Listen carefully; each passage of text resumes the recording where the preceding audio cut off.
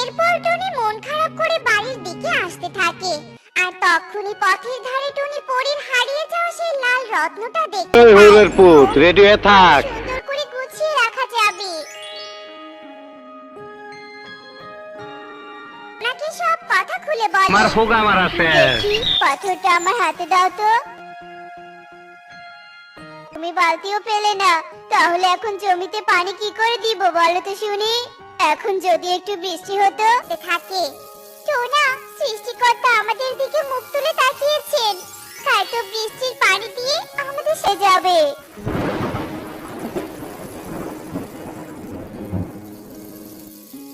কিরে টুনি, হঠাৎ আমাদের বনে বৃষ্টি এলো কেন?